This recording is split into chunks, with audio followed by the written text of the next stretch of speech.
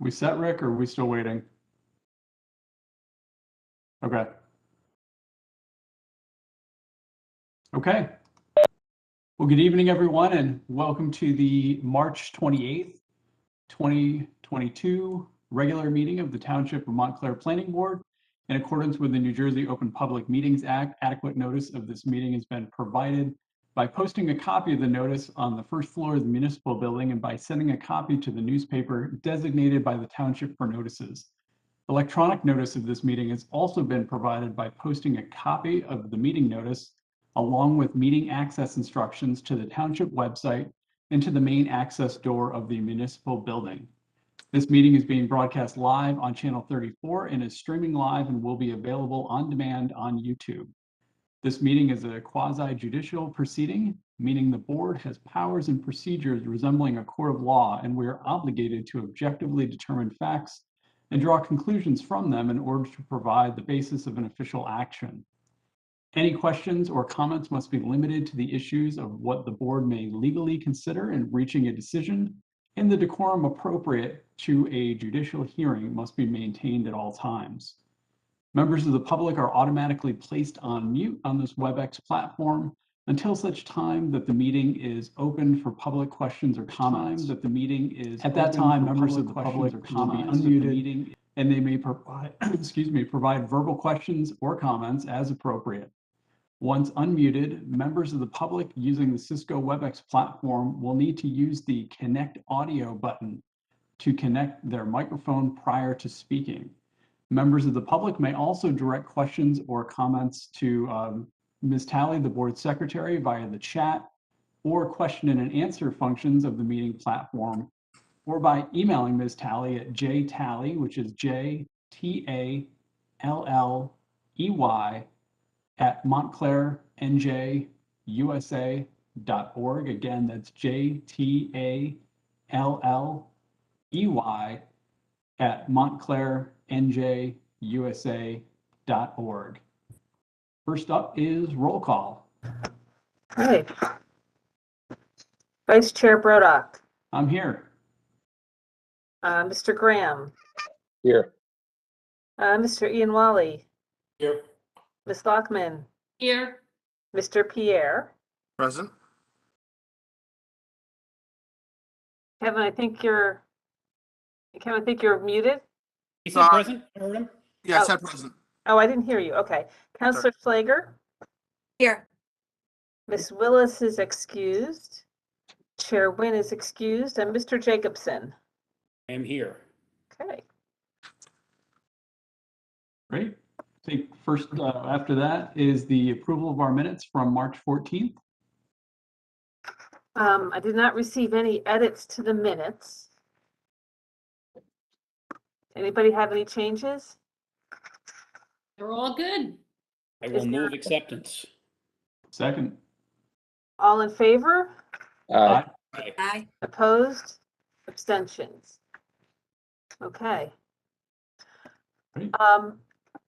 I have a resolution, and this is really just some housekeeping for last year. There's some bills that came in from Dennis Galvin's firm involving defending the board and on the Lackawanna lawsuit, and we didn't have enough money in the contract to pay for the preparation of the documents, the briefs, which I kept hoping would go away, this litigation, but it's still there. So we need to amend the contract for 2021 for Davison Eastman to add $1,100 to pay the bills that we received last year for their defense of the planning board in that litigation.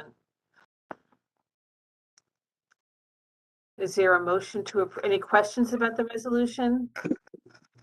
Janice, that comes out of this year's budget? No, it's last year's budget. There was some miscommunication with some of my staff, and I didn't realize that a bill had not been paid, and then I realized we had to amend the contract. So that's why we're resolving this in March of this year for last year. I'll motion to approve. Second. All in favor? Aye. Opposed? Abstentions. I will abstain only because it pertains to my joining matter. Okay. Janice, may I ask a question about that? Yeah, Is that litigation is still active, right? it is. Although I spoke to Dennis about a month ago, because I said, well, even though we have a new owner and a new development concept, and we will be working on a new redevelopment plan, the litigation, they haven't withdrawn. I keep waiting for them to withdraw, but they haven't.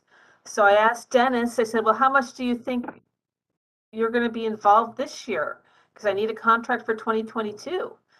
So I'll be getting another resolution for 2022 because it is not going away as anticipated, although I don't think it's going to be a heavy lift. Do you think it's not going away because David Plasek is waiting to see what plan we may approve? And if we have, we approve something that's less advantageous to him than the one on record? David Plasek's not part of the lawsuit. This is He didn't take over from Hampshire? no, it's coming from the plaintiff, which is the adjacent property owner. And Oh, okay. so that's where this is coming. And I don't know how much of a role the individuals who associated with the lawsuit, how much of a role they continue to play, but it's primarily coming from the adjacent property owner. And so David, the current property owner, has been negotiating and trying to work with the adjacent property owner as he develops his plans. I think it's leverage, Yeah, okay. That matter is in the appellate division, isn't it, Janice? Yeah, because the judge ruled in favor of the township and the plaintiff is appealing. So we'll see we'll see where this goes. Meanwhile, we're going to be working on a new redevelopment plan. So point this year. Okay. Any other questions related to that? Any idea when the judge is going to rule? No. No? It's been a while, hasn't it? I mean, No. since the appeal was filed? Yeah, Dennis filed a brief on behalf of the township in, he did the work in December. I think he filed it in January. So that's all I can tell you. Thank you. Okay. Next up, we have the resolution for application 2776, 29 Cedar Avenue. Mr. Neese? So, as I indicated in my email on Friday, I did not get a response from the applicant's attorney to the resolution. And I always think it's important that the applicant's professionals have an eye on the resolution before I present it to the board. Unfortunately, the applicant's attorney didn't get back to me, and therefore, I should amend that. He didn't get back to me until Saturday, and I did not think it was fair to then send the resolution to the board after I'd said that I would request that you table it. So I would respectfully request that it be taken up at your next meeting, by which time I will have circulated it to the board. Okay. Okay. Okay, so the next item on our agenda is discussion of returning to in-person meetings. You may have heard that the council has decided to go to in-person meetings starting in May. I did discuss it with the manager and the health department, and really, and also some other attorneys. It's at the board's discretion if they want to return to in-person meetings. Technically, it's still a state of emergency. The governor has kept the state of emergency in effect, but there's different levels of the state of emergency. And if boards want to remain meeting remotely, they can. But you have the option of returning safely to in-person meetings starting in May, if you so choose. I did discuss this with John today, and John said he has no problem going to in-person meetings, but he wants to reserve the ability to go back to remote meetings in case the COVID numbers increase. Just for the record, Janice, the public health emergency has been rescinded. The Okay. general state of emergency continues, but that's more so that the governor can take emergency actions if necessary, but the public health emergency has ended. Okay. If we go to in-person meetings, is there any restriction on the number of the public that can attend? That's what I discussed with the health department. We do not have any restrictions on that right now. You know, the social distancing, you don't, the having everybody sit 6 feet apart. We don't technically require that anymore. If anybody is uncomfortable, we have to accommodate them. You know, that's the thing. That's the issue. I don't know how board members feel sitting at the dais, because as you recall, those of you who used to sit on the dais, it gets pretty crowded up there. Mhm. And we need to talk about how close should people be at the dais? Should we have the alternates sitting in the audience, perhaps the experts sitting elsewhere for a little bit more room among everybody else? And then clearly the public who comes to attend the meetings, we generally don't have that many people of the public, and they can space themselves as they feel comfortable in the room. But we can't do a hybrid, it's either or. That's what I was kind of thinking about, if we have any particularly lively applications coming up that might draw a large crowd, you know, that may change our. Right. I mean, we have nothing right now. Mm, Over the course of the year, that may change. yeah. Dennis, is this board tied to the mayor and council in the sense that it can only go back live after the mayor and council goes back live? Well, honestly, Arthur, I've already noticed for the first public hearing in April, so we have to stay remote at least the first meeting in April. If everybody wanted to, we could do it for the second meeting of April, because I don't have any applications I can notice for that. And I'm told the council is going back in May. Right. I think it's easier just if the council goes back in May, by that time, hopefully everything will be ready in the council chambers. I'd rather not go back earlier. And if anybody felt uncomfortable, on the dais, if it was, we could always wear a mask, Right. right? Right.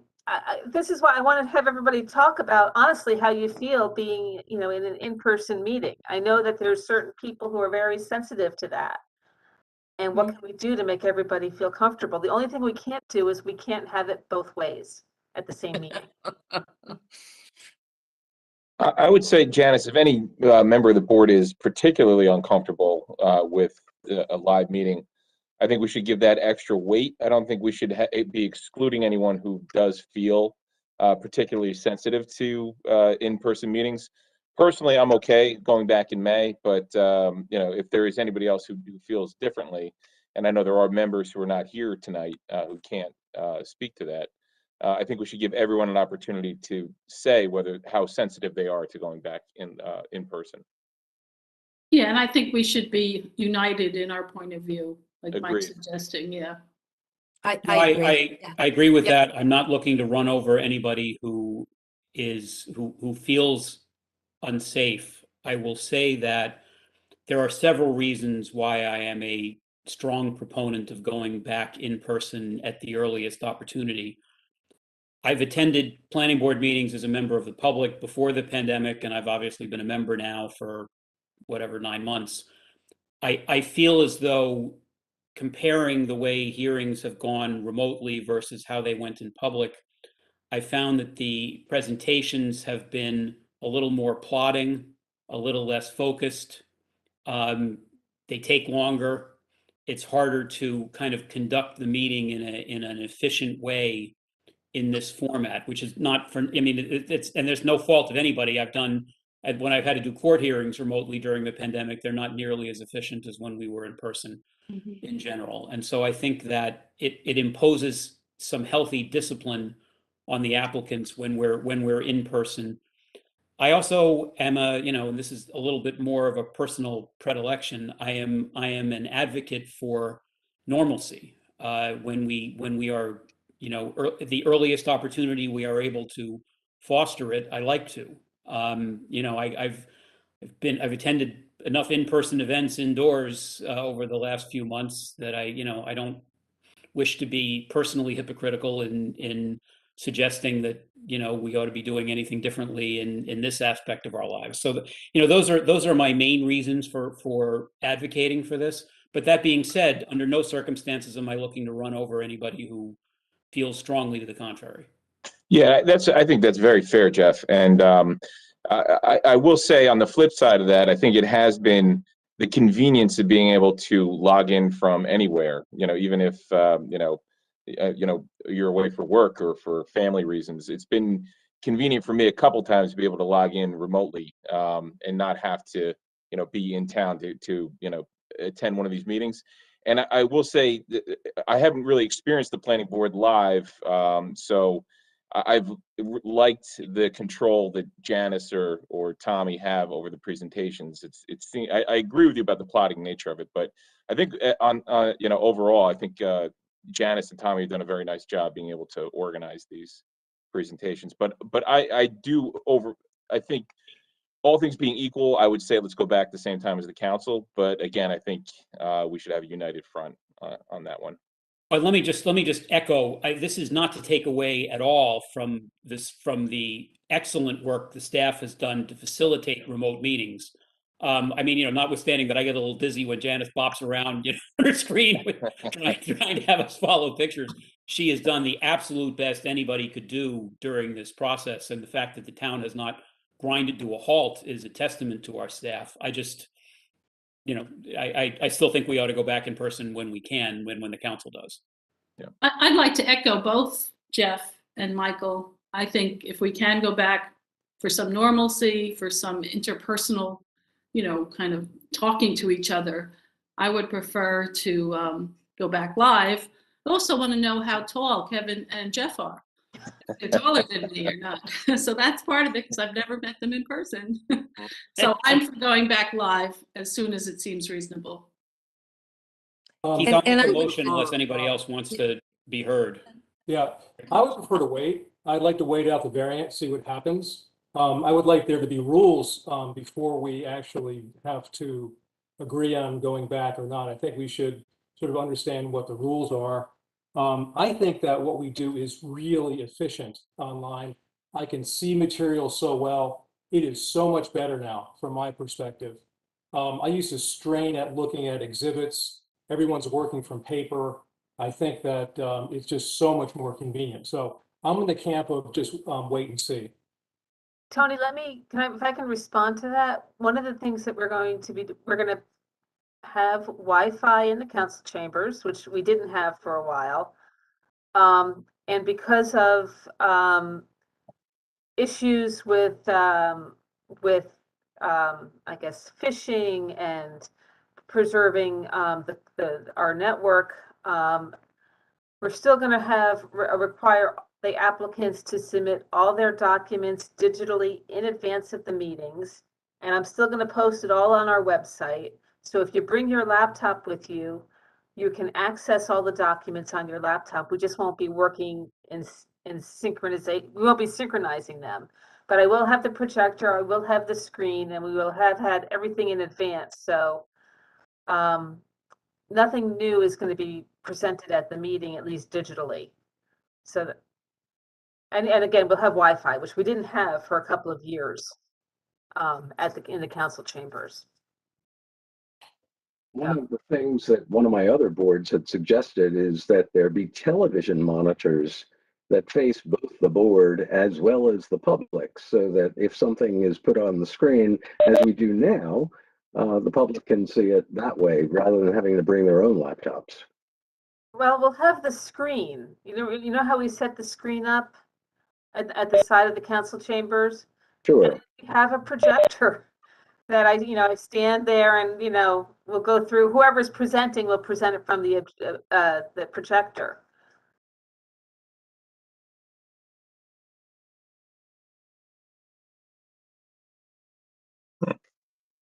Okay,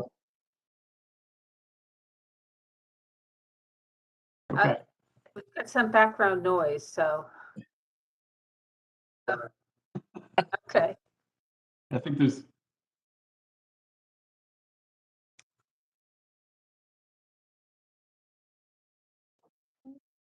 but there'll be a time delay, right?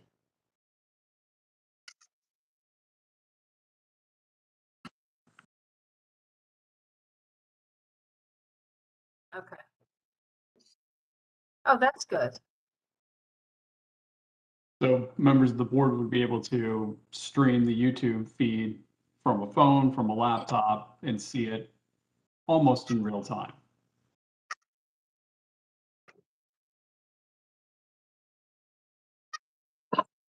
Okay, And Rick, I know I'll get you all the, if I get you all the presentations ahead of time, you'll be able to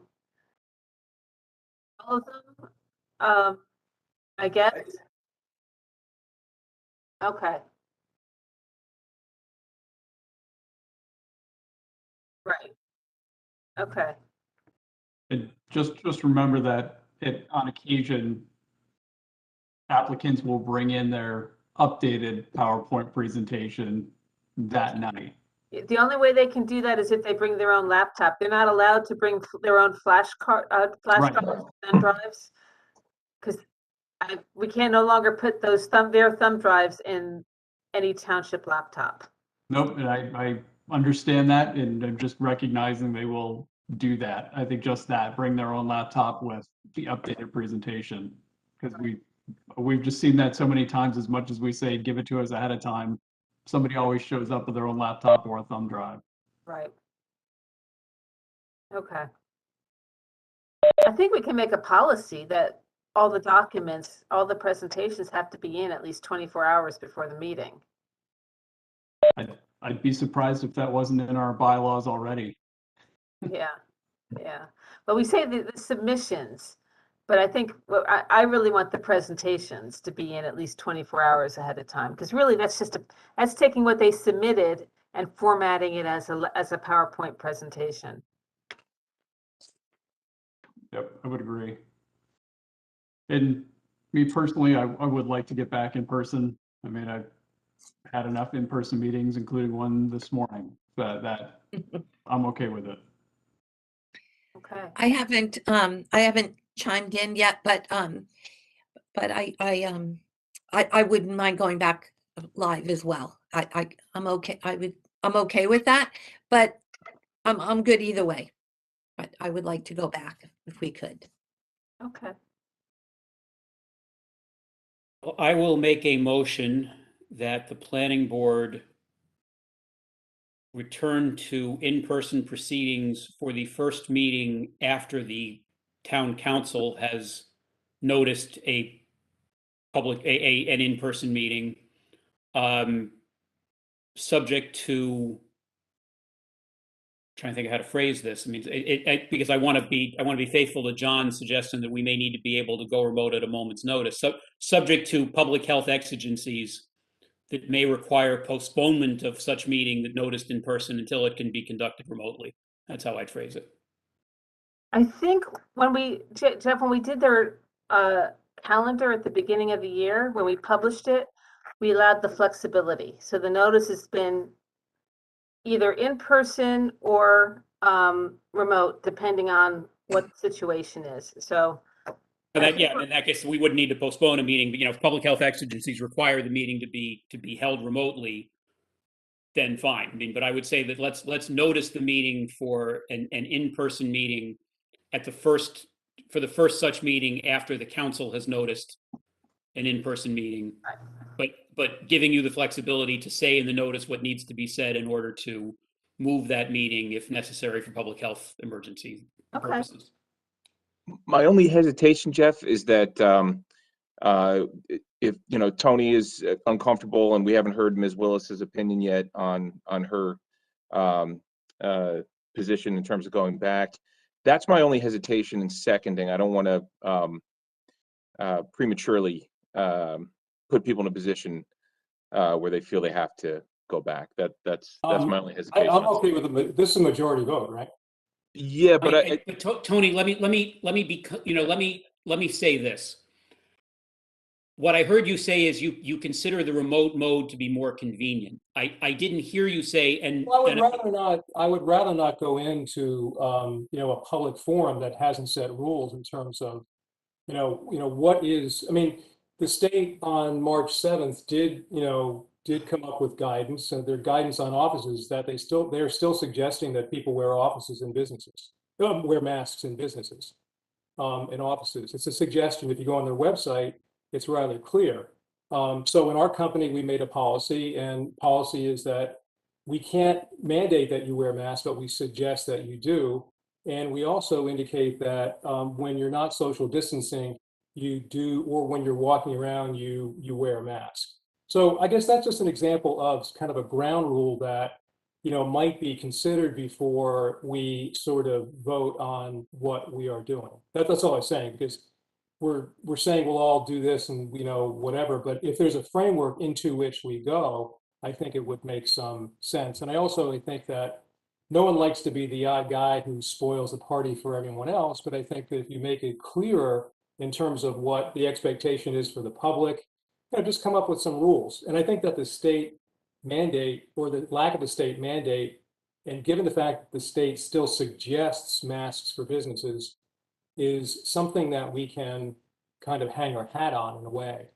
We're not creating, unnecessary rulemaking or whatever.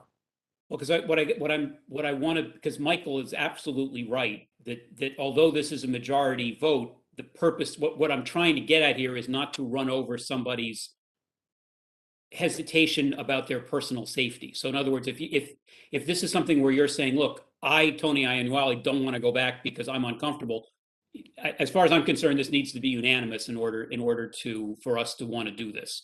I mean, leaving aside that Carol's not here and we haven't heard from her, but I guess my feeling is this is working pretty well. I have a personal mission not to get COVID.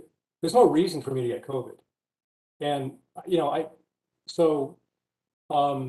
I would really be disappointed if I got it. And I do not want to quarantine. I do not want to do that. And what I don't really see the inefficiencies of this forum, but again, I do not want to control what the whole board wants to do.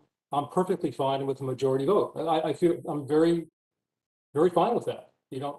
I do. Michael, hearing that, what do you, I mean, I want to be faithful to what you said because I agree with it, but Tony is being very careful to walk up to a line and not cross it. yeah, maybe, will we have, Janice, if we push this for one more meeting and we're able to get Ms. Willis's opinion, would we be able to sufficiently notice the meeting in May if we were to go live? Yeah, I think we're fine. We can push this. Our next meeting is April 11th. So we can have a follow-up discussion at the April 11th meeting. Jeff, I can tell you, I would be very uncomfortable if we don't have unanimity Yeah. in the group for moving forward with live meetings. Jeff, what do you think? You comfortable with that too? Who cares what I'm comfortable with? Carmel's right. I want, I certainly don't want to run over Carol in her absence. So hearing that we can do this Mhm. in the next meeting is I'm okay with it. I have a little bit of tomorrow creeps in this petty pace feeling, but you're right, Michael. I mean, we should be unanimous as a board and not looking to run over anybody who's got a concern for their personal safety. All right, so let's do one more. We'll push it one more meeting and get everyone's opinion before then, and we can make a decision there. I formally withdraw my motion in that circumstance. Okay. All right, there we have it. If we were in person, Michael, I could respond to that, with a Chris Rock, Will Smith kind of thing, but we don't want to do that either. So I'm quick. I don't know if you can get me, Jeff. Yeah. All right.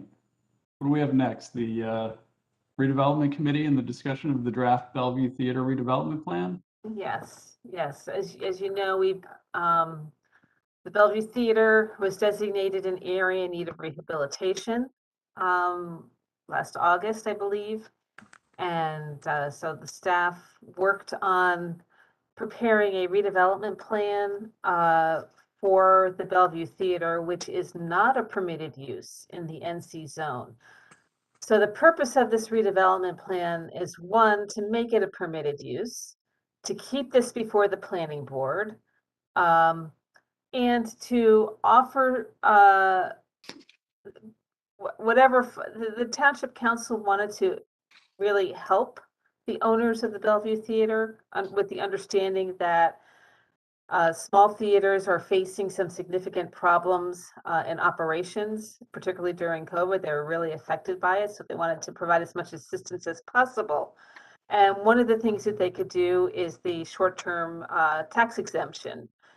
If it's declared an area in need of rehabilitation and a redevelopment plan is adopted. So that was the background as to why we created this redevelopment plan. And this redevelopment plan does authorize or enable the council to create a 5-year or short-term tax exemption, which basically allows them to pay the increased taxes from any improvements to the building over a 5-year period. The tax payments are frozen as to what they are right now. That becomes the base, and the tax increase is usually paid in allotments of 20%, 40%, 60%, up to 100% in 5 years. And that's why we are where we are today. The redevelopment plan was discussed by the redevelopment committee, and they did make some very astute and important changes to it. I've also sent it to the Historic Preservation Commission.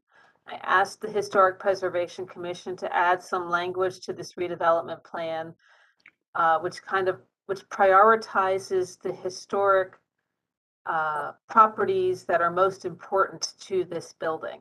Clearly, the redevelopment plan and all our procedures require the HPC's involvement and review and advice with any changes to the building that are associated with the site plan application.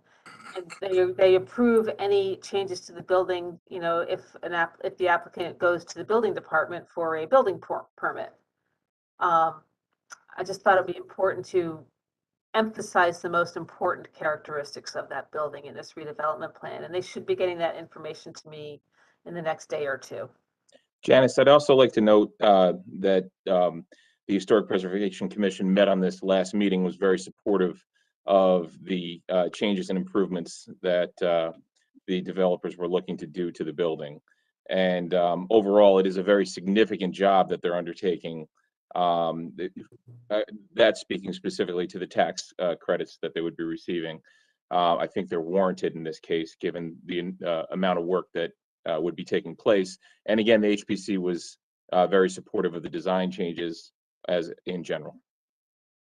I do know that they want to come in with a site plan application, and I want to keep that before the planning board. They intend to come in. They're going to put another store on the first floor. I'm going to share my screen because I think the photos are really good. Hey, Janice, can I just ask you, because we're talking about it, didn't we say that we were going to require in the development plan that the historic features of the building be itemized, not just relying on the HPC report, but that it is a requirement in the development plan that they say exactly what are the historic features of the building? I don't see that in here. It's not in there yet. Oh, okay. They met last week. And so they met last week and you're meeting tonight. So when they discussed it, I said, can you please, and Mike, I believe this is the discussion you had last Thursday. What are the features that we should identify in the plan that really must be preserved? And No, we met on Sunday morning we went to the theater itself. We reviewed the building. We walked around, took notes. Chair Bennett she's drafting up a memo for inclusion that does note the historical features that are significant. But I thought within the development plan itself, we should have some reference. For example, on page 8, it says site planning and design. The existing features of the historic building must be preserved, and we would put something like as described on the attachment or described somewhere or other, so that we're actually referencing the historic features of the building within the development plan itself, not within an advisory. No, it will be in there. It will have to, this will have to be amended. My intent is that whatever I get from the HPC will be, the plan will be amended to include the HPC's comments. Okay? So that's why I didn't have time to put them in, because they met last Thursday and this past Sunday.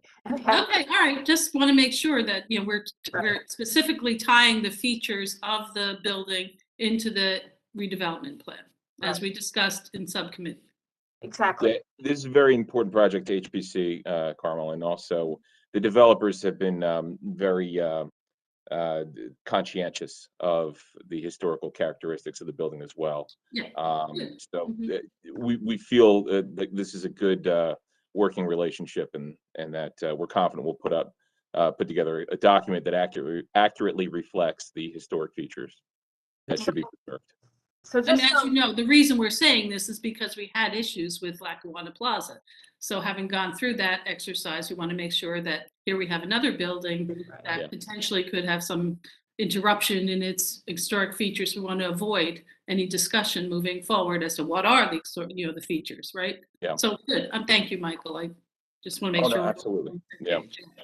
So they're going to be coming back to the planning board with the site plan. If you look on the screen, this is where, when it was originally built, there was a store here. They're going to have a retail store there as well. The lobby is going to be in the back, accessed from the middle of the building.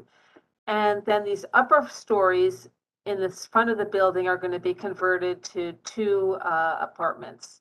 So again, that will be a site plan application. It's going to come to the HPC and the planning board for approval. Once we adopt this redevelopment plan, that will enable them to move ahead with their plans to make these improvements to the building. Dennis, do you think that the requirement to keep a theater can make it into the plan? Yeah, that was another thing that we had said in our subcommittee. Well, I think I thought it was in there that it has to be 50% theater space. Wasn't that included? Yeah, let me go with me. I'm sorry if I'm making you crazy by pushing through these slides. Here we go. I'm on page 7. A building or part of a, so I believe, where did I put that language? Under additional requirements, number 6, the minimum of 50% of the gross floor area must be used for theater use. Okay, thank you. That's good. Thank you. Okay. And Janice, do you want maybe minor edits to this now, or do you want me to send them to you? What I think maybe what we should do is, you can send them to me. This is what I expect. Why don't you give them to me, and then I'm going to edit this tomorrow when I get the comments from the HPC, because I want to get it to the council tomorrow to be introduced at next week's council meeting. It'll then be referred to you, so you'll have another opportunity to review it, but there should be no substantive changes or substantive changes. Yeah, I think you hit on all the things that the subcommittee talked about. So what kind of changes, maybe I think we should talk about it tonight. Keith, what kind of changes do you want to see made to this? Okay, they're mostly small, mostly clarifying language. But just I'm tweaking the definition, or at least I'll propose movie theater definition to say a building or part of a building primarily used to screen motion pictures, film, and television productions, and secondarily to host special events and live performances. I mean, that sounds fine to me. Yeah, I don't think, well, I assume people aren't going to have a huge issue with these. Down on page 11, which I think is the next page, under the additional requirements, we just talked about it, the 50% of the gross floor area must be used for movie theater use to match the term up above. Very good, that's great. Item 6B, on-site parking is not required for the property if 50% or more of the building is used as a movie theater. Okay, Just to match the, or you could say 50% of the gross floor area to be consistent with item 6A. And then on page 12, item number 4, all leaders draining stormwater from the building. Back on 12.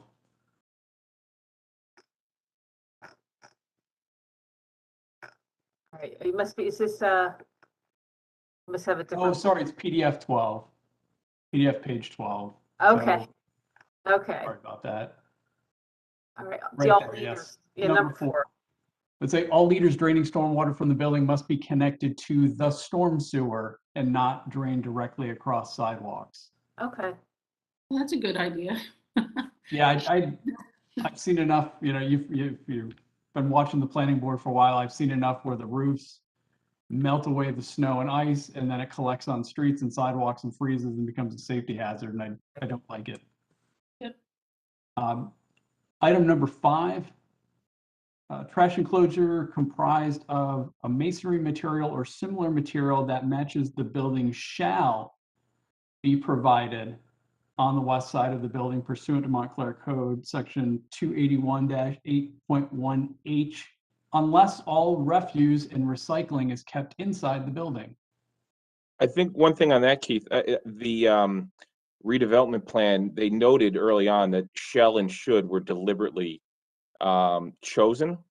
So I don't know if we are stepping into the town council's purview by making that change. I think it should be shall. That's why I'm making that change. I don't Right. think the council's actually reviewed it at that level. Oh, they haven't reviewed it. Yeah. Okay. I just remember Sure they reading that haven't. those words were very carefully chosen. And that's exactly why I'm honing in on that difference, is that I think it should be shall instead of should in that case. And then very similar on item number 6, I'm going to skip to the second sentence. All obstructions shall be removed from the sidewalk and lighting shall be provided for safety. Okay, I think those are all good changes. And then my last one is 7, changing should to shall. External fire escape shall be removed and replaced with new internal stairs or enclosed. The only thing, Keith, we looked at the fire escapes. Some of them look like they might have some historical value to them. And I'm not sure the expense that would be involved with doing internal staircase versus the external fire escapes. Would you say, well, I guess the way I'm looking at it is if it's shall, it's something that the board would have to grant a waiver if they did not do it. But I Yeah. think that would be, at least that's my preference, unless you're saying there's historical value to them, but I We find weren't ones- sure. We think there might be for at least the one on the driveway side. But yeah, the other issue was I'm not sure the expense that would be undertaken to enclose a stairwell in that area. I've suggested that they try and incorporate them as interior stairs when they do their renovations. Okay. So they're aware of that. Seems much safer to have them as internal staircases than lots of people trying to get out through a fire escape. Right, and right now it's right over it kind of, at least one of the stairs blocks the sidewalk and pedestrian access. It does, yeah. So, and you're right, Keith, these are site plan, these are not variances, because this is the site plan section, it would be a waiver, you know, and they have to provide reasons, but the board could grant waivers to these things. Right, and we've written into this redevelopment plan the process for those waivers, and so I just feel like with shall in these cases, it gives it a bit more teeth and kind of raises, you know, the burden to show on for the applicant to show that they can't meet these, and perhaps, you know, cost, or because the external stairs and the fire escapes might be historic. If that is the case, you know, I think those are reasonable requests that we can consider. Okay. Dennis, do you know or maybe Michael, if you toured it, do you know how many seats are in the theater? You know, instead of describing the theater in terms of square footage, do they have, 4 theaters with, I you know, thought it was 884 seats. Was that But it? we just saw the exterior. That was the old, I think, count, Carmel. I'm not sure what the new, does it say the new count? The new count is half. It's about 400, a little over 400 seats. So you'll see, I have a draft site plan that was submitted. So I know what, how they're redesigning it. So it will be about half the capacity as it previously had, and it will still be 4 theaters. okay, so it'll be about the same as it is now? It'll be what? When it was originally constructed, it was a big massive theater, 885. So No. now when it was subdivided, they wound up with only half the seats. Does that sound? No, it was 885 when it was bow tie. What he's doing right now is Okay. he said the theater was really crowded and the seats were too close together. Oh, okay. So he's redesigning the platforms so that the seats will be spread farther apart.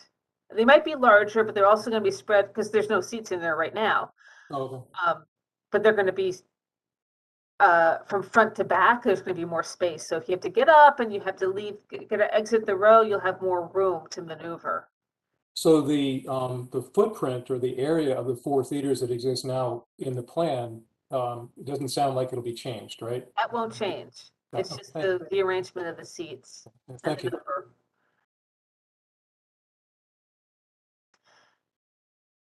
So do we have any other comments on the draft redevelopment plan?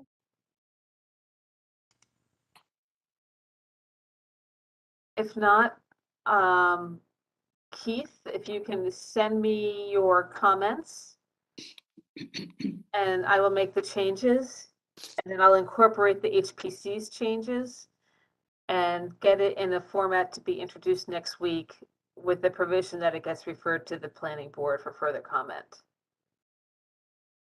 That sounds good, and I just emailed you my changes. Okay, so the board doesn't have to take any action tonight. I just wanted to give you an opportunity to make comments before it's introduced. Thank you. Next up, we've got a report from the zoning committee on proposed zoning ordinance amendments to revise standards for mixed-use buildings.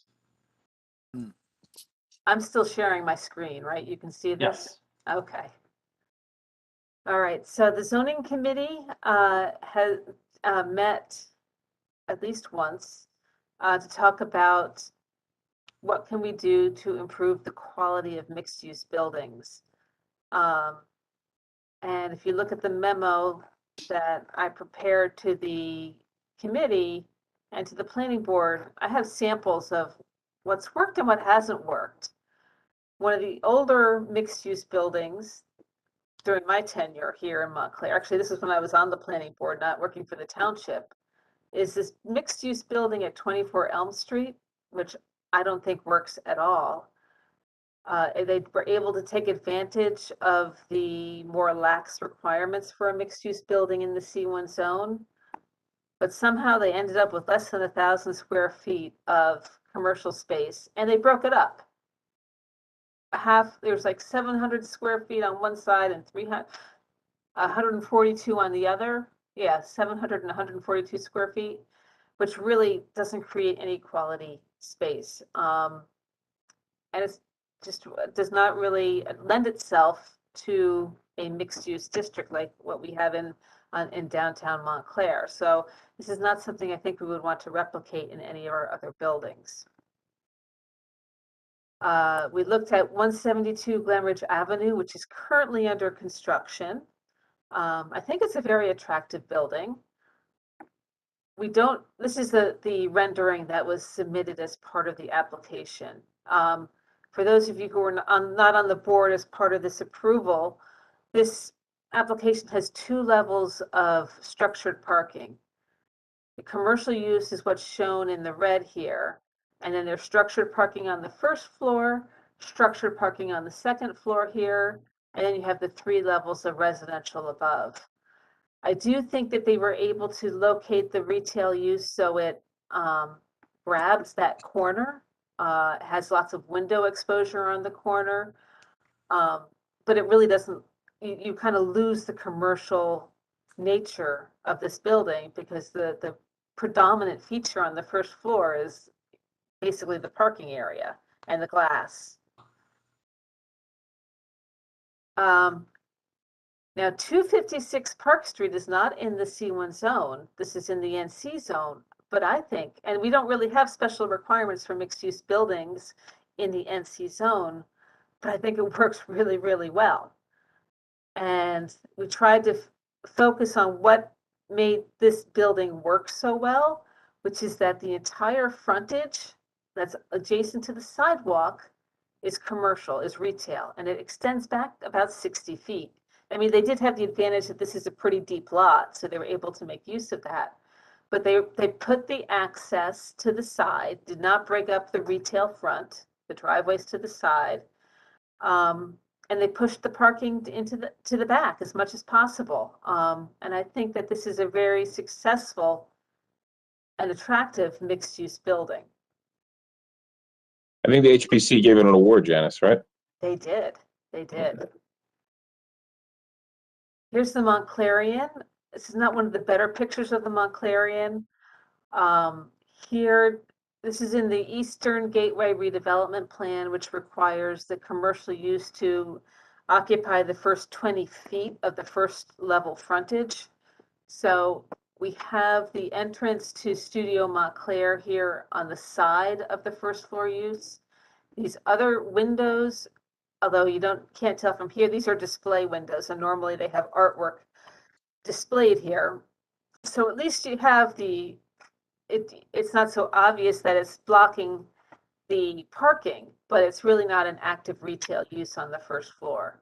So I think that the success of this design, while it's acceptable, I wouldn't say it's as successful as, say, what we have over in Watchung Plaza, where you've activated the entire front of the building. But you can see here's some of the artwork in that building. And this is the art studio that's in the eastern side of the building on the first floor. And the parking, again, this is 2 levels of parking. You see the grill work up here. The grill work provides it hides the ventilation area. There's 2 levels of parking, and there's parking behind it. That's why the first floor is so high, because you have some grade issues and you have 2 levels of parking behind the businesses.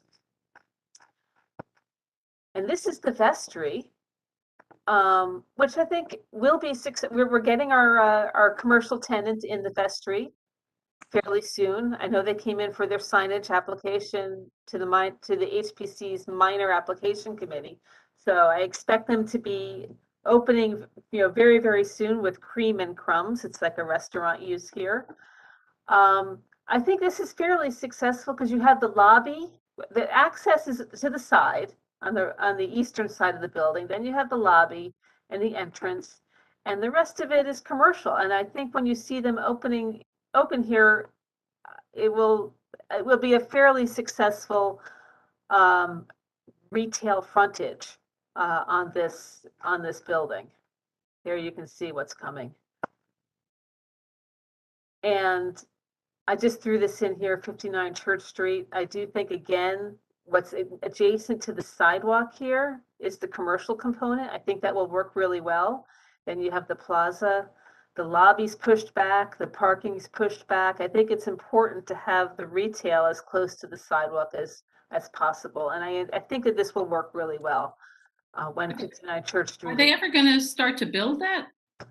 That's beyond my control. Well, I think they first had to buy the property.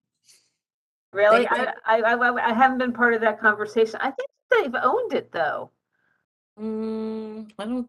Because I know think that so. when there was an encroachment from the property to the rear, and Bijou, who's a developer, was involved in negotiating how to manage that encroachment. So, Oh, maybe they own it now, but I remember when we looked at it, they hadn't actually bought it yet. But they have, but you don't have an update on a time frame for them? I have not. I do not. Okay. Okay. Is there a requirement that they have it at least started within a certain number of years? You know, I have to look at in the redevelopment agreement, because usually there is a time requirement in the redevelopment agreement. Mm, And I don't recall what that says. okay. And then we have 37 Orange Road, and 37 Orange Road has filed construction documents. So they should be starting pretty soon. And I think that the board, we worked long and hard to get as much commercial as we could and got it at the corner. I think that works well. We had the access, at the side. I think that'll help to try and emphasize the retail component. So anyway, the evaluation of all of these projects, we've identified as things that we want to see in our ordinance to make sure that future mixed-use buildings work well, and we don't have the issues we had with 10 Elm Street, which I don't have to reiterate, or with 24 Elm Street, where it's really broken up. And so what I put together, it's a very long ordinance, but so that all of you could see what our ordinance says, I put in the requirements for all of our commercial districts, or at least our retail commercial districts, the C1 zone, the C2 zone, the C3 zone, and the NC zone. So I put those sections into this draft ordinance and added language so that future mixed-use buildings in those districts are attractive and meet the design that the planning board wants to see. So we started off, and this is when I worked with the zoning subcommittee, as we need a definition of what a mixed-use building is. And we wanted it simple because these regulations apply to any new mixed-use building. And that's simply a building that contains both residential and non-residential uses. That's just the definition.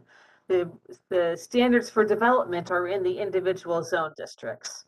So all this other stuff that's in here is our current zoning ordinance. Everything that's new is highlighted in yellow. So in the C1 zone, which is the Bloomfield Avenue corridor, we've talked about establishing mixed-use buildings as a permitted use, but that they must meet the following requirements. And we wanted to make sure in the C1 zone, you can't have office uses on the first floor.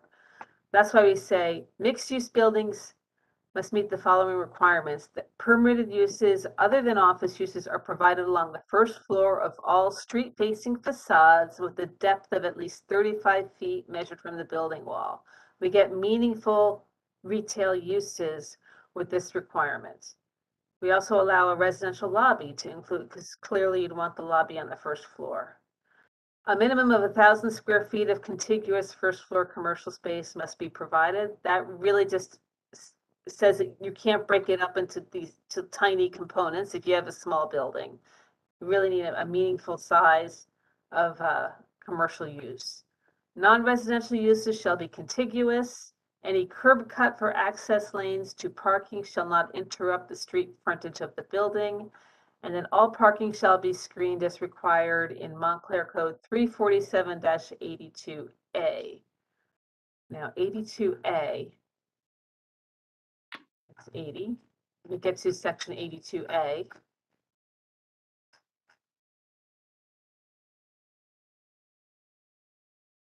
Here we go. And these are what the screening requirements. Just make sure I have the right section. We have requirements for lot size. I'm taking out stuff here. This is what our ordinance says. Lots for mixed use buildings, and it's added exclusively. We've already defined it. Shall have a minimum lot width of 60 feet and a minimum lot area of 10,000 square feet. I took out things that we don't need from these requirements for mixed use buildings because we have it elsewhere in the ordinance. Let me find 82A.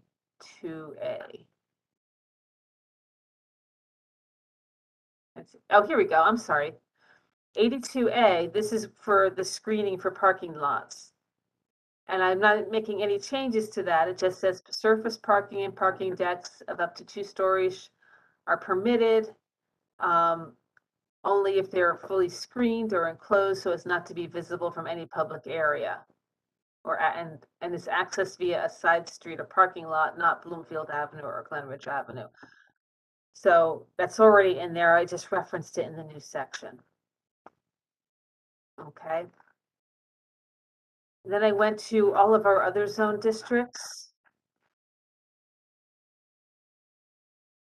And this is the C2 general business and light manufacturing zone. This is the Walnut Street area. And it mimics what we have in the C1 zone. I just realized that item number 4, which has this parking for screening the parking area, I have to amend that because again, this section references 82A, which references Bloomfield Avenue and Glenridge Avenue. Doesn't really apply to Walnut Street. So I think I can clean that language up a bit. But it's consistent in all our zone districts in terms of the design standards here. That's C2. Again, it's just saying for new mixed-use buildings with the lot size requirements. It's already in there. I'm just being consistent in terms of how we define it. And C zone, we do have reference to mixed residential, non-residential buildings. I'm just being consistent, calling them mixed-use buildings.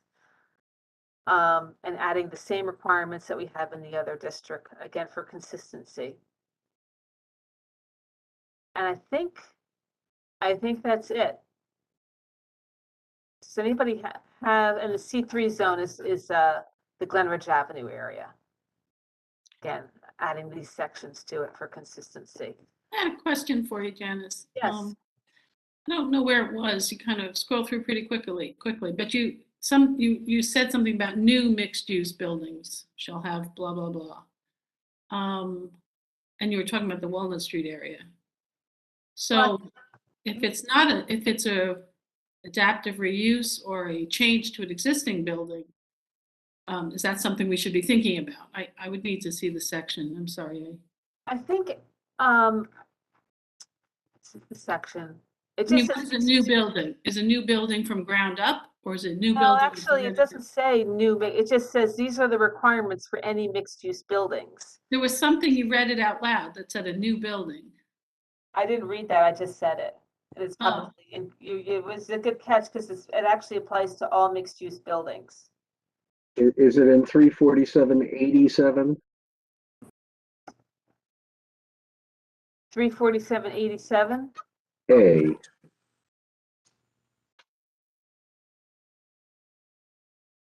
84, 86.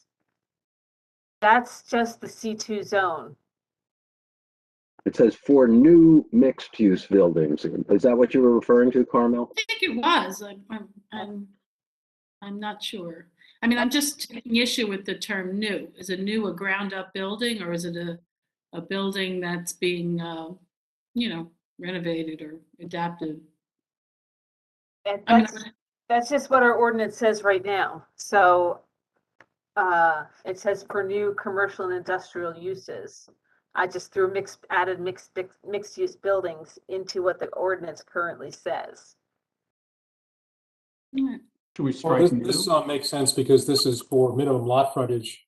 I would think it'd be a pre-existing condition if an existing building, didn't have these minimum lot size requirements and Right. frontage requirements. This is just for lot size, right? It is. You're correct, Tony. Yeah, so if you put a new, so I think that once a building is on a lot, if, I don't know, The lot size is no longer an issue. If the building's already there, like you said, it could be a pre-existing variance condition that we don't really focus on if it's already there. I don't know. I just, you never know what you might encounter That's true. Just wondering, what if they had a building that they tore down, then it becomes a new building, right? I mean, I don't want to parse this to death, but I just want to make sure it makes sense. And make sure that what we get is what we intended to get, right? Mhm. I did have a couple of questions. In terms of the residential lobbies occupying the first floor frontage, do we want to set a limit or a percentage, maximum percentage of the first floor frontage so that we don't end up with a lobby that stretches the entire frontage? You've got the minimum 1,000 square feet of, so let's say you've got a 30-foot wide building, 35 feet deep, the whole thing needs to be retail, right? Unless you get some more depth out of it somehow. So the minimum depth of 35. Generally, lobbies are small because they're not rented. So we could probably, I mean, I would think that to have a lobby at the street, although some of the buildings that we thought were really good didn't have lobbies right at the street. They had lobbies that were actually kind of around the corner and back. Right. Because the presumption is that if you live there, you know where to go. You don't really need to go walk through the lobby on the street. So, and we could say that, well, I don't know, you need at least 20 feet for a decent, lobby. I mean, I don't know if I can be very prescriptive on that, but that's one thought that came into my mind. Yeah, Can we 'cause in carve terms of out a lobby percent- except in terms of acceptable? percentage, it might be hard because if you have a really narrow building, the percentage is going to go up, it'll be substantial. But you do have a minimum of that, no matter what the building size, the frontage, you have a minimum of 1,000 square feet, which again is a 30 by 35 foot store, which is, a pretty good sized store for a narrower building. I don't know where the lobby's going to go if you have 1,000 foot store. You figure that out later. They have a ladder. I think perhaps why don't we should see what happens with the way we've laid this out. I don't want to be too limiting, too prescriptive here, because as Tony said, they're not making any money on the lobby. I think, right? So they're going to want to get as much rentable space as possible. I don't think they're not going to take the entire frontage and make it into a lobby, especially since we're requiring 1,000 square feet of commercial space, at least 1,000 square feet. So I think we're covered. Okay.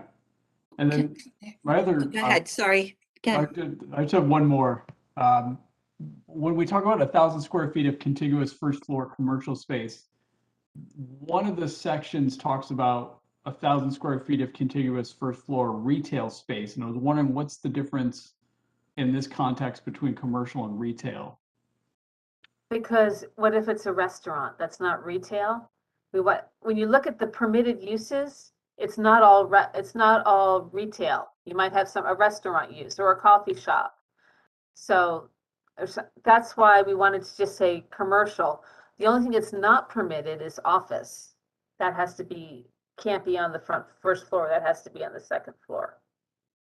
Okay, there's one in the NC zone where it says retail space instead of commercial space. Is that intentional? Probably not. Let me go to the NC zone. It's 347.90.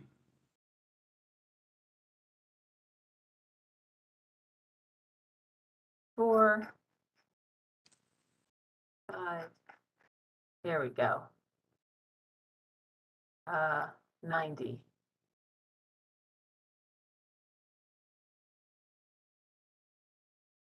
I don't see. C, under C. C, so C, section A, Oh, subsection this should be C. commercial. Okay, then that was just a mistake. Okay, Okay. that's all I had. I have a couple of questions. Would a real estate office or one of those WeWork spaces, you, those The communal offices. office- Yeah, the communal office, are those, what is that considered? Is that Those considered? are office uses. They're not permitted on the first floor. Well, we have that, I mean, in Valley and Bloom, that exists at this Well, Valley time. Bloom, we allowed it in that one building in the Mhm. redevelopment plan. So this Okay. is in the zoning ordinance. Any other time you see a realtor's office on the first floor, it's Mhm. either a pre-existing use or they got that approval by variance. Okay, and at what point, you mentioned a minute ago, Janice, not to be, it's about restrictions. We have there's a lot of empty stores. The Valley and Bloom has a couple. All of South Park Street on the west side of South Park Street is all empty. You know, there's a lot of empty commercial downstate, street level spots. So at what point do we, maybe a grand lobby is kind of nice, although I'm sure they want to rent out the lobby, but their doctor's offices can go in lobby in Manhattan. Most doctor's offices, when you go into the lobby, they're off the lobby. We have a lot of empty storefronts. Well, I There- do, know that there's some empty storefronts in, underneath the Sienna. yes, And I'll yeah, be talking to the EDC about that, because I know the Sports Authority went out and one of the other, Yeah. they're trying to get some other tenants there, and we can talk about that, but that has to do with a redevelopment plan. But okay. I think through the rest of, at the rest of the downtown, I think there's been a transition with a lot of the restaurant uses. But I don't think that there's, a huge number of vacancies in the downtown, unless it hasn't been brought to my attention by Jason. A lot of South Park Street is to the right of the Urban Outfitters. There's 3 big stores there, and then there's the corner where the bank is empty. Okay. It's pretty quiet there. Looks a little desolate, actually. And Valley and Bloom, and I know that all of the stores are owned by one person. Where that restaurant, By the I forget office, the the office. office. Thank you. All that's empty. It looks Well, pretty bad. that's gonna be a redevelopment project, so there's a reason for that. Yeah, but in the meantime, while it's sitting there, I mean, it's taking a long time. I wouldn't It's- change the zoning just because he's, No, I know. Yeah. No, I get it. But we keep talking about all this commercial spaces, if it's magic that they're all gonna get filled, and it's not.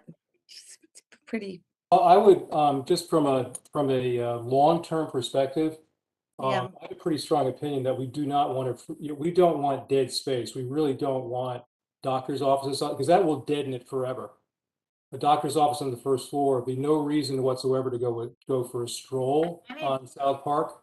So I think that we have to be careful of that.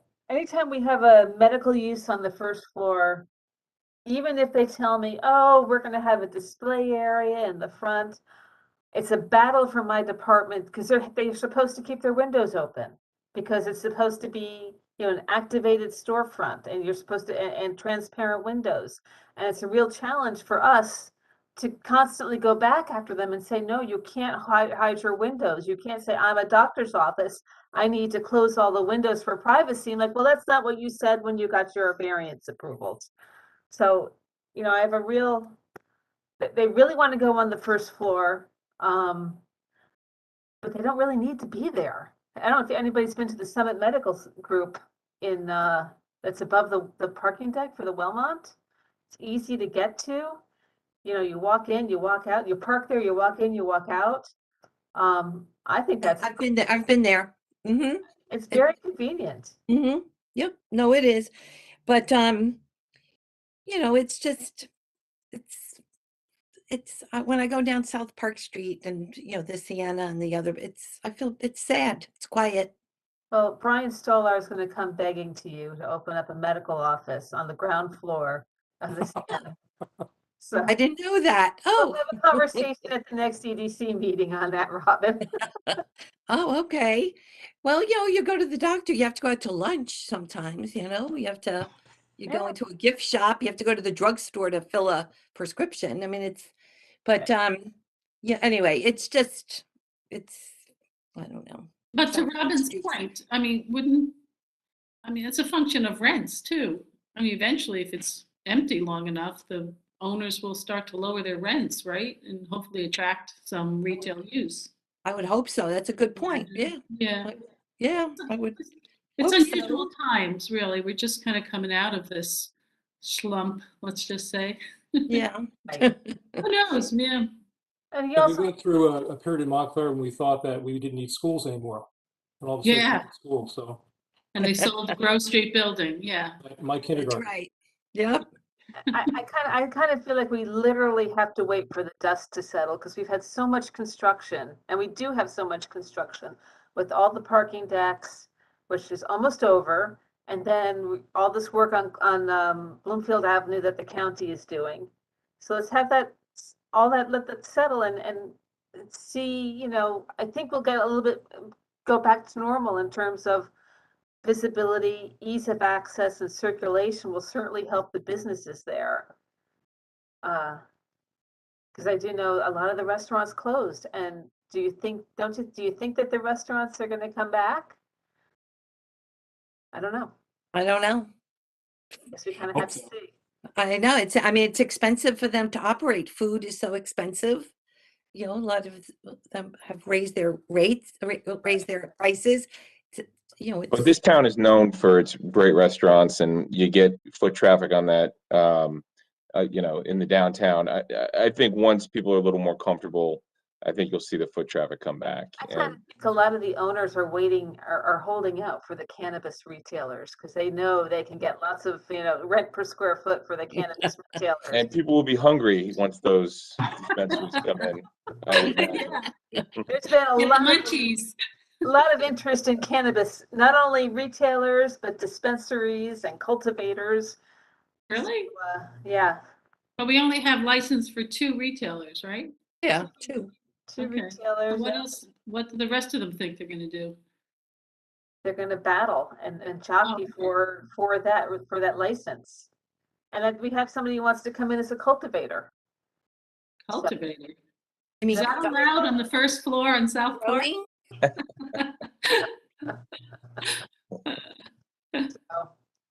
I wish we could get something like an Apple store. But I've heard that before. Yeah, that would be nice. They're never empty. yeah, that's true. It's true. I guess I can stop sharing. Any other discussion on this? Overall, I'm supportive. I think that was great work, Janice. Good. Trying to be proactive. Appreciate that. I mean, I think It's a challenge to get these things drafted and then adopted, right, Robin? Yeah. So the next step is to bring that to the council, right, Janice? I will bring if this has the blessing of the planning board, I will bring it to the Economic Development Committee, which is the first stop before it gets brought to the council. Right. And that's Sean Spiller, Peter Yacobellis, and Robin. Me. and Robin. Hey, Robin. Yep. Okay. Yep, sounds good. I thank you for your comments and your edits and make those changes. And I think we should pay bills now. Well, can I ask one question for the good of the order? I was just curious because I was walking around downtown. What's happening with the Hampton House building? Well, I don't know. I do know that at one point he was going to have a Warby Parker there. Oh, Oh, I heard that too. That was a couple years ago. Yeah. I don't know, that was pre-pandemic, so I'm not quite sure who his tenants are now that he's almost finished with the building. Okay. well, that's a tough one, given that we have eyeglass. I think there's 2 eyeglass places. It's a good Around point. There Church are Street. too small. Yeah. You hate to see them being knocked out by a larger chain, right? On the other hand, Yeah. evidently the demand for office space is incredible. Like, Yeah. everybody's building office space, so I think the upper floors, which will be office in that building, they'll have no problem getting tenants for that. I think they need a hearing aid place. As the population ages. Yep. Okay, thank you, Janice. Oh, you're welcome. Well, I would move to pay the bills then. Second, All in favor? Aye. Aye. Aye. Opposed? Abstentions? Okay. All right, I think that's it. Janice, just what's up for the next meeting? What do we know is there? The next meeting is April 11th, and we have a public hearing on designating the property, the industrial property on Label, Oak, and Erie Place as an area in need of redevelopment. Okay, so I will be sending out the reports this week and the agenda for that meeting. Arthur, if you can get me the resolution, I will include that in the package because I'm going to be on vacation next week, so I'm sending out the package this week. And that'll be our discussion as well as returning to in-person meetings on April 11th. I have one application right now, which is we just received for a subdivision, and we'll probably get to that at the May meeting. Janice, can you give us a heads up as to what's going on Walnut Street? Well, right, as the council asked the planning board to conduct the study, which is what we did. I did meet with the contract purchaser, and he's interested in building basically a residential building there. I think he's open to making it mixed use, but he'd like to put a 5-story building there. It's not happening. How could they possibly put a 5-story building there amongst all the little houses? Right, It's- so that will be, Right. that was what he presented to me, but they want to do a redevelopment plan, and the redevelopment plan will be prepared by us. Yeah, so I don't understand. It strikes me, and I live in the area, when I walk around there, there's plenty of little active businesses in that spot. What is the point of trying to change what has grown organically and seems to work in Well, that area? That's not, we can discuss that when we have the public Yeah. hearing. Essentially, right now, the council has asked the planning board to do this investigation as to whether or not it meets the 8 specific criteria for redevelopment. And that's what my report evaluates it in those terms. And it's the planning board's responsibility to decide whether or not it does meet the criteria, and then you make your decision and you send your recommendation to the council, and it's the council who ultimately determines that. So that's kind of the process. Yeah. And I just don't get who's driving this change in that area. I don't get it. I don't get why people would even contemplate putting allowing a 5-story building there from the council's point of view. I mean, this is a small neighborhood of 1- and 2-family house, modest houses, and you're going to build a 5-story building that will interfere with the light. It'll just be out of character. It's beyond reason why they would even think about that. Art, are you going to throw a flag on any of this? What? is Yeah. that for Arthur? Yeah. Arthur, you there? Yes, I am. This is, I assume you're saying that, Jeff, because this is going to be the subject of a public meeting that we're going to have on April 11th. And I guess I agree with that. Oh, sorry. It's not an application. It's really and Arthur will provide, instruction for the planning board. It's a very narrow focus. And the job is, does it or does it not meet the criteria for redevelopment? The issue as to what's going to be developed there or built there, will be a separate discussion. If it's determined an area in need of redevelopment, then we'll. No, I know. I'm just saying we ought to hold the That'll be talk about it farther down the road. until the Jeff, you're notice muted. meeting. No, I'm not. I can't hear you. Can you hear me now? I hear him. I hear you, Jeff. Yeah. Yeah, no, I was just saying that we ought to, I don't since know we're why. I noticing can't this hear- for discussion at the next meeting, we ought to kind of hold it until then. All right, now I hear you. Mea culpa, very sorry. I wasn't, God knows I'm guilty of it myself plenty of times. I just, trying to, having been duly chastened, I'm trying to, Chasing me. no, promote consistency. Oh, okay, Consider your virtual hand slapped, Carmel. okay. Is he taller than me? Hopefully you'll find out. I will. All right, well, thank you, everyone. I would move adjournment at this point. Is there a Second. second? All in Second. favor? Aye. Aye. Opposed? Abstentions? Okay. Thanks, everybody. Have a good night, everyone. Good Good night. night, everybody. Have a good night all. Bye.